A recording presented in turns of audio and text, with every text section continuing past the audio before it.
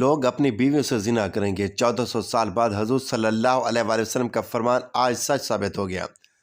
رسول اللہ صلی اللہ علیہ وآلہ وسلم نے فرمایا، لوگوں پر ایک ایسا زمانہ آئے گا جب میاں بیوی آپس میں ہی زنا کریں گے۔ پوچھا گیا، یا رسول اللہ صلی اللہ علیہ وآلہ وسلم، میاں بیوی تو ایک دوسرے پر حلال ہوتے ہیں، کیا ایسا ممکن ہے کہ مرد اپنی ہی بیوی سے زنا کرے اور بیوی اپنے شوہر سے؟ پھر حضور صلی اللہ علیہ وآلہ وسلم نے فرمایا کہ بسم اللہ الرحمن الرحیم، اسلامی معاشرے کی پاکیزگی کی حفاظت کرنا، ہر مسلمان کی عزت نفس اور روح کی طہارت باقی رکھنا، عورت سے نسب کے لوگوں کو ملاوٹ کی غلاظت سے محفوظ کرنا زنا کے حرام ہونے کی حکمت ہے۔ عبرانی کی ایک صحیح حدیث ہے کہ ابو العاص نبی کریم صلی اللہ علیہ وآلہ وسلم سے روایت کرتے ہیں کہ آپ صلی اللہ علیہ وآلہ وسلم نے فرمایا، روزانہ آدھی رات کے وقت آسمان کے دروازے کھول دیے جاتے ہیں اور ایک پکارنے والا فرشتہ پکارتا ہے کہ ہائے کوئی دعا کرنے والا جس کی دعا قبول کی جائے، ہائے کوئی سوال کرنے والا جس کا سوال پورا کیا جائے، ہائے کوئی مصیبت زدہ جو دعا کرے اور اس کی مصیبت دور کر دی جائے۔ یعنی آدھی رات کے بعد دعائیں قبول ہونے لگ جاتی ہیں۔ ناظرین، اللہ تعالیٰ ہر دعا کرنے والے مسلمان کی دعا قبول فرماتا ہے، سوائے زانیہ کے جو اپنی شرمگاہ کے ذریعے غیر مرد کو سیراب کرتی ہے۔ زانیہ عورت جو زنا کے ذریعے مرد کو دل بہلاتی ہے اور پھر اس کی دعا قبول نہیں ہوتی۔ زنا کرنے والے لوگ خود اپنے آپ کو اللہ کے عذاب کا مستحق بنا لیتے ہیں۔ حضرت عبداللہ بن عباس رضی اللہ تعالیٰ عنہ کہتے ہیں کہ رسول اللہ صلی اللہ علیہ وآلہ وسلم نے فرمایا، جب کسی بستی میں زنا اور سود عام ہو جائے تو گویا اس بستی کے لوگوں نے اپنے آپ کو اللہ کے عذاب کا مستحق بنا لیا کہ ان پر کسی بھی طرح کا عذاب آ جائے۔ پھر اسی طرح زانی کو دنیا میں بھی اللہ کی طرف سے سزا مل کر رہتی ہے، یعنی یہ ایک ایسا جرم ہے کہ جس کی سزا دنیا میں بھی ملتی ہے اور آخرت میں بھی۔ حضرت انس کہتے ہیں کہ رسول اللہ صلی اللہ علیہ وآلہ وسلم نے فرمایا، دو گناہ ایسے ہیں جن کی سزا میں جلدی کی جاتی ہے اور دنیا ہی میں دے دی جاتی ہے۔ نمبر 1 زنا، نمبر 2 والدین کی نافرمانی کرنے والا، ماں باپ کی بات نہ ماننے والا۔ اور اب یہ کہ جو شخص ایسے بیماری میں مبتلا ہو جاتا ہے یا زنا جیسے بیماری میں مبتلا ہو جاتا ہے تو پھر اس کا ایمان کیسے رخصت ہوتا ہے کہ اس گناہ کو چھپانے کے لیے جھوٹ پر جھوٹ بولتا چلا جاتا ہے، ایک نہیں کئی جھوٹ بولتا ہے۔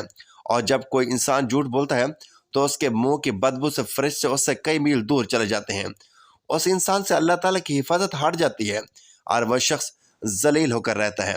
دنیا میں بھی انسان پر طرح طرح کی بیماریاں اور طرح طرح کی مصیبتیں نازل ہوتی ہیں۔ پھر بڑھاپے کی عمر میں زنا کرنا اللہ کے غضب کو اور غصے کو اور بھڑکاتا ہے۔ پھر اسی طرح جس بستی میں زنا عام ہو جائے وہاں موتیں بہت ہونے لگتی ہیں، موت کی کثرت ہو جاتی ہے، قتل کی کثرت ہو جاتی ہے۔ پھر اسی طرح کسی بھی غیر حاضر شخص کی بیوی سے زنا کرنے والے شخص پر اللہ تعالیٰ قیامت کے روز ایک سانپ مسلط کر دیں گے۔ مذہبی کتب میں قیامت کے آنے سے پہلے بہت ساری علامات کا ذکر کیا گیا ہے۔ قیامت کی علامات میں سے سب سے پہلی علامت حضرت محمد رسول اللہ صلی اللہ علیہ وآلہ وسلم کی آمد اور وفات سے پچھلی آسمانی کتابوں میں آپ صلی اللہ علیہ وآلہ وسلم کا لقب نبی السما لکھا ہے، جس کا معنی ہے قیامت کا نبی، یعنی حضور صلی اللہ علیہ وآلہ وسلم وہ آخری نبی ہوں گے کہ جن کی امت پر قیامت قائم ہوگی۔ قیامت آنے سے قبل حضور صلی اللہ علیہ وآلہ وسلم نے فرمایا کہ اولاد نافرمان ہو جائے گی، بیٹیاں تک ماں کی نافرمانی کرنے لگیں گی، دوست کو اپنا اور باپ کو پرایا سمجھا جانے لگے گا، علم اٹھ جائے گا اور جہالت عام ہو جائے گی، دین کا علم لوگ دنیا کمانے کے لیے استعمال کرنے لگیں گے، نااہل لوگ امیر اور حاکم بن جائیں گے اور ہر کس کے معاملے عید نامناسب اور نااہلوں کے سپرد ہو جائیں گے۔ جو جس کام کا اہل اور لائق نہ ہوگا وہ کام اس کے سپرد ہو جائے گا۔ لوگ ظالموں اور برے لوگوں کی تعظیم اس وجہ سے کرنے لگیں گے کہ یہ ہمیں تکلیف نہ پہنچائیں گے۔ شراب کھلم کھلا پی جانے لگے گی، اعلانیہ طور پر ناچنے اور گانے والی عورتیں عام ہو جائیں گی، گانے بجانے کا سامان اور آلات موسیقی بھی عام ہو جائے گی۔ لوگ امت کے پہلے بزرگوں کو برا بھلا کہنے لگیں گے، جھوٹ عام پھیل جائے گا اور جھوٹ بولنا کمال سمجھا جانا لگے گا، امانت میں خیانت شروع ہو جائے گی، امانت کے طور پر رکھی جانے والی چیزوں کو لوگ ذاتی دولت سمجھنے لگیں گے، نیک لوگوں کے بجائے غلط کار قسم کے لوگ اپنے اپنے قبیلے اور علاقے کے سردار بن جائیں گے، شرم و حیا بالکل ختم ہو جائے گی۔ ابھی موجودہ زمانے میں آپ خود دیکھیں، یہ سب علامتیں پوری طرح موجود ہیں۔ حضور صلی اللہ علیہ وآلہ وسلم نے فرمایا، قیامت آنے سے پہلے ظلم و ستم عام ہو جائے گا، ایمان سمٹ کر مدینہ منورہ کی طرف چلا جائے گا، جیسے سانپ سکڑ کر اپنے بل کی طرف جاتا ہے، ویسے حالات پیدا ہو جائیں گے کہ دین پر قائم رہنے والے کی وہ حالت ہوگی جو ہاتھ میں انگارہ پکڑنے والے کی ہوتی ہے۔